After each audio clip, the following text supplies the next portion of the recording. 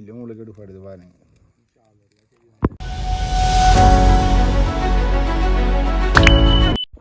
Hi friends, பாருங்கள் இன்றைக்கு ஒரு பாபிக்யூ ஒன்று செய்கிறதுக்காக வேண்டி ஃபயர் ஒர்க் ஒன்று பண்ணிட்டு இருக்கோம். நெருப்பை மூட்டிட்டு இருக்கோம். இன்றைக்கு ஒரு ஃபிஷ் பாபிக்யூ ஒன்று செய்ய போகிறோம். பாருங்கள் எப்படின்னு சொல்லி.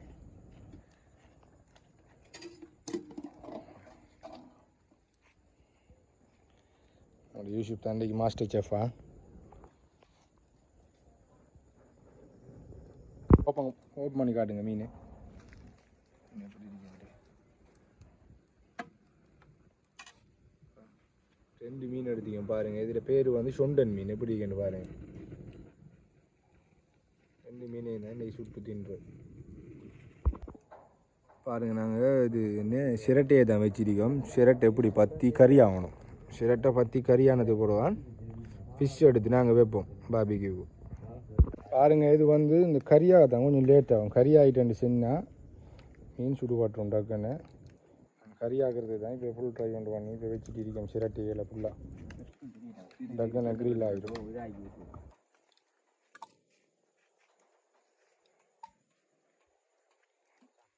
பாருங்கள், நெருப்பு தான் நாங்கள் இன்னும் பற்ற வச்சு கொண்டு இருக்கோம். நெருப்பு பற்றிட்டு சொன்னால் சரி. நெருப்பு தான் பற்ற வச்சுட்டு இருக்கோம் இன்னும்.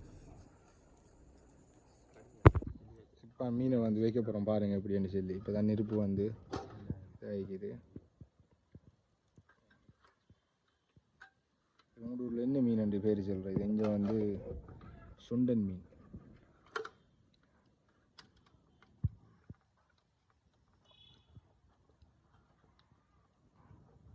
பூண்டா தான் வைக்கலாம் இல்லையா? ஒவ்வொரு மீனை தான் வைக்கணும்.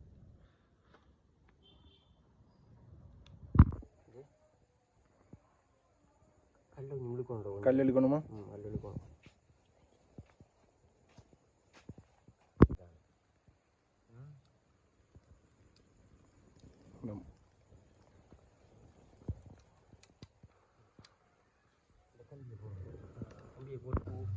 மசாலா ஊற்றுறோம். அதை அவிஞ்சி டீ கூட நீ வேண்டாம் ஊற்றி விட்டுருக்கா.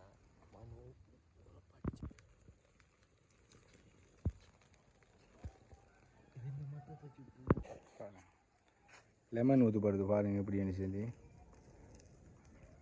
லெமன் நல்லா புளியணுங்க. லெமன் அது என்ன அப்படி ஆயிலா? ஒலிவி ஆயில். ஒலிவி ஆயில்லாம் வேலை நடக்குது.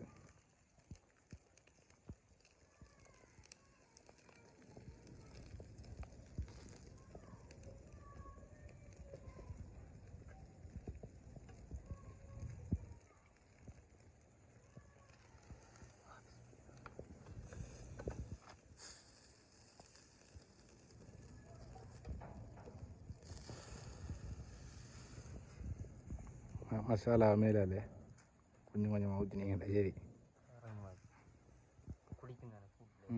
அதான் ப்ளாக் பண்ண தானே கோயில் ஊற்றி கூப்பிட மாட்டீங்க. அதை ப்ளாக் பண்ண தான் இது வந்து ஒளி ஒயில ஒளி ஒய் அரபி ஸ்டைலான செய்யணும். அரபி ஸ்டைலா? அது அரபி ஸ்டைல் என்ன இருக்குது? ஒலிவியோ ஊற்றப்படுது. பாருங்கள், இப்போ இது வந்து பாபிக்யூ ஆகிட்டு இருக்கு. இன்னொரு 5 to 10 மினிட்ஸில் முடிஞ்சிடும். இல்லை, இன்னொரு மீன் ஒன்று இருக்கு. அதை முடிச்சுட்டு தான் மாறி போடணும். அந்த மீன் இன்னொரு மீன் இருக்குது. அதையும் போட்டால் முடிஞ்சது பிறகு தான் அதை போடணும். நம்மளோட செஃப் வந்து மசாலா போட்டுருக்கார் பாருங்கள். இதுதான் master chef Yusuf. Master chef Yusuf masala எல்லாம் போட்டு மீனை சரியாக பதப்படுத்தி 2-3 மணி நேரம் சரி அதை வச்சு ஃப்ரிட்ஜில் வச்சு மசாலாவெல்லாம் போட்டு பதப்படுத்தி போட்டு ஃபுல்லாக சிரட்டை போட்டு தான் கறியாக்கிருக்கோம்.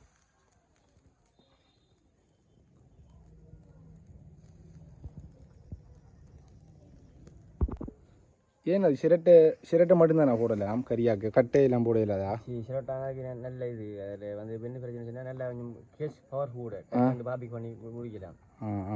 இந்த இது கறியாகும், குயிக்காக கறியாகும். என்ன குயிக்காக கறியாகும். டக்குன்னு பாபிக்கு பண்ண டக்குன்னு முடியும். டைமிங்கும் மிச்சம். குயிக்காக எடுத்து கேளுங்க. என்ன மீனை பிரட்டி வைக்கிங்க. என்ன ஒரு சைடு வந்துட்டு பிரட்டி இருக்கணும். அப்போ தான் 2 பக்கமும் புஷ் சைட் வந்து நீங்கள் பாயில் ஆகும். அதுக்குள்ளே இது இறங்கும். மசாலாவெல்லாம் இறங்கும். ஊற்றுறதான் ரசம் இது. நீங்கள் பிரியாணி உண்டு ஒரு நாளைக்கு நல்ல பிரியாணி உண்டு ஆக்கி காட்டணும் போலங்க. மட்டன் பிரியாணி உண்டு பிரியாணி ஒன்று அழகாக செஞ்சு காட்டணும். செய்வோம். அதில் மட்டன் பிரியாணி ஒன்று நல்ல அழகாக டேஸ்ட்டாக எப்படி செய்கிறேன்னு சொல்லி நீங்கள் நம்மளோட சப்ஸ்கிரைபர்ஸுக்கு ஃபுல்லாக செஞ்சு காட்டணும். சரியா?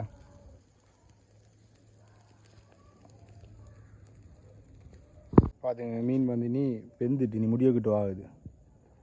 மீன் வந்து ஃபுல்லாக பாபிக்யூ ஆகிட்டு பாருங்க. முடியக்கிட்ட ஆகிட்டு